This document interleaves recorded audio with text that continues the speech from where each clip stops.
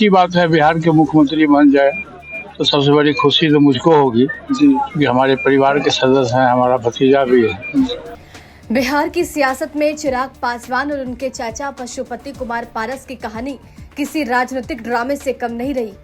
कभी साथ में मंच साझा करने वाले दोनों नेता अब दो अलग अलग राहों पर हैं, लेकिन अब पारस के एक बयान ने सबको चौंका दिया। पशुपति पारस ने कहा कि अगर चिराग पासवान बिहार के मुख्यमंत्री बनते हैं तो सबसे ज्यादा खुशी मुझे होगी। यानी जो चाचा कुछ समय पहले तक भतीजे को अपना खून मानने से इनकार कर चुके थे, अब वो उनके राजनीतिक भविष्य के लिए शुभकामनाएं दे रहे हैं। एनडीए के समर्थक है, सहयोगी पार्टी है चिराग पासवान की पार्टी।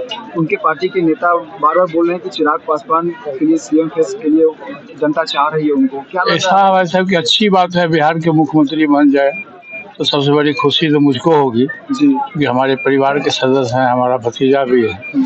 लेकिन बिहार की जनता चाहेगी तब तो। देखिए, जनता के हाथ में सुप्रीम पावर है जी। ये प्रजातांत्रिक व्यवस्था है। प्रजातांत्रिक व्यवस्था में एक वोट का वैल्यू है।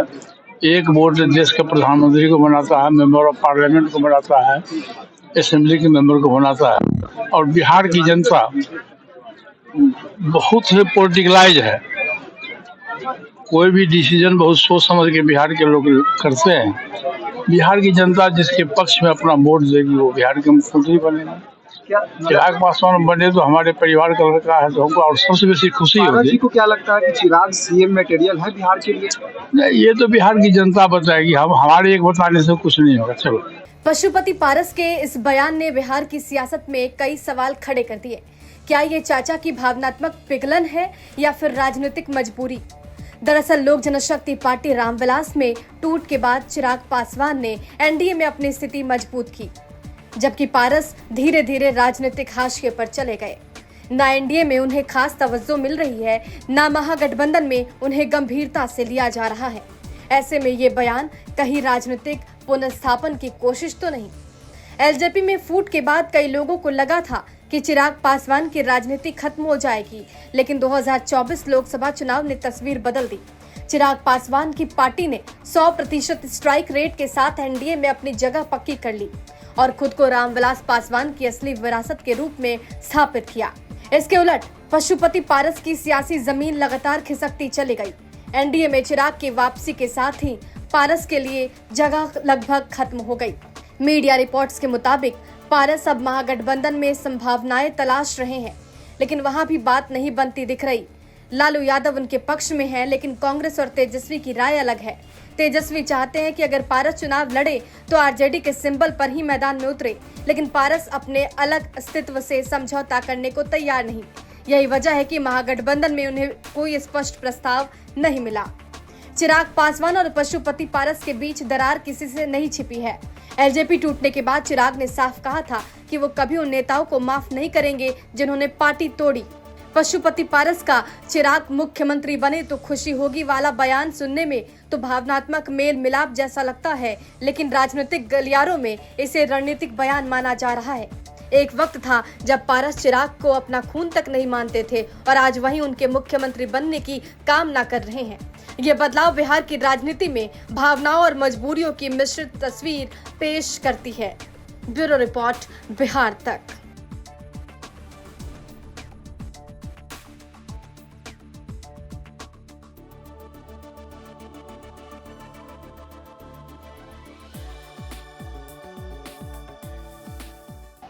पशुपति पारस जी, आपने एक बयान दिया था जिसमें आपने कहा था कि चिराग मेरे भतीजा हैं, वो मुख्यमंत्री बनेंगे, तो इस बात की खुशी आपको भी होगी? देखिए, आप पूरा मेरा रिपोर्ट पढ़िए, बयान पढ़िए, शुरू से लेकर अंत तक बयान पढ़िए। उसमें मैंने कहा था कि बिहार में स्थिति बहुत खराब है और एनडीए सरकार, केंद्र से लेकर बिहार में एनडीए सरकार है और 20 वर्षों से बिहार में कहीं कुछ हुआ नहीं है और दो ही पार्टी है देश में या बिहार में, एक महागठबंधन है और दूसरा एनडीए गठबंधन है। और बिहार की जनता के बीच में जो मैंने करीब 32 जिला का मैं भ्रमण किया हूँ, तो वहाँ जो मैंने देखा हूँ शोषित, पीड़ित, दलित, पिछड़ा के जो लोग हैं, तमाम के तमाम लोग इंडिया गठबंधन और खास करके आदरणीय तेजस्वी यादव जी के नेतृत्व में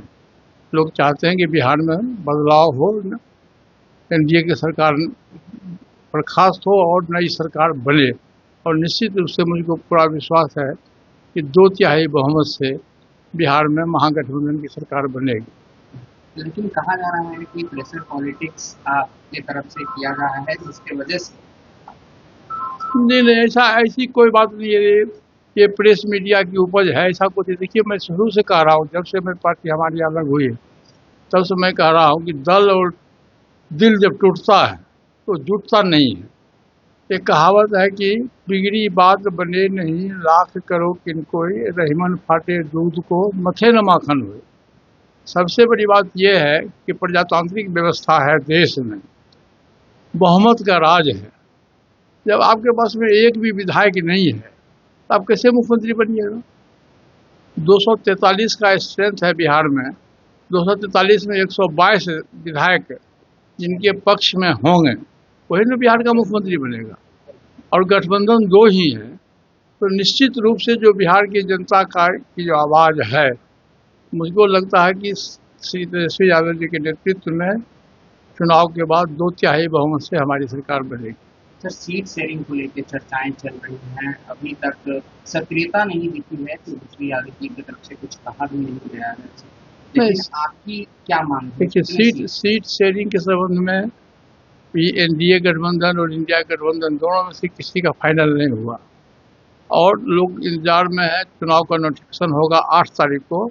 मैं समझता हूँ कि 8 और 10 के बीच में जिनका जो बनेगा, जो जिताऊ उम्मीदवार होगा, जो हम लोग आपस में बैठेंगे सभी गठबंधन के साथी एक साथ बैठेंगे, तो जिनका जो बनेगा, जिनके पास जो जिताऊ उम्मीदवार होगा, तेजस्वी जी ने बहुत स्पष्ट कहा है कि सीट के साथ साथ हमको उम्मीदवार का भी नाम है, तो उसका सर्वे होगा। सर्वे होकर के जो सही होगा, जो जिस दल का जितना हक बनता है उतना मिलेगा। सर, आरएलजेपी में आपके मुताबिक कितने जिताऊ उम्मीदवार आपके संपर्क में हैं या फिर आपके पार्टी? ऐसा है भाई साहब कि हमने भी 32-34 जिला का भ्रमण किया है और हम खुद सर्वे करवाए हैं। हमारे पास में एक सामाजिक संगठन है दलित सेना।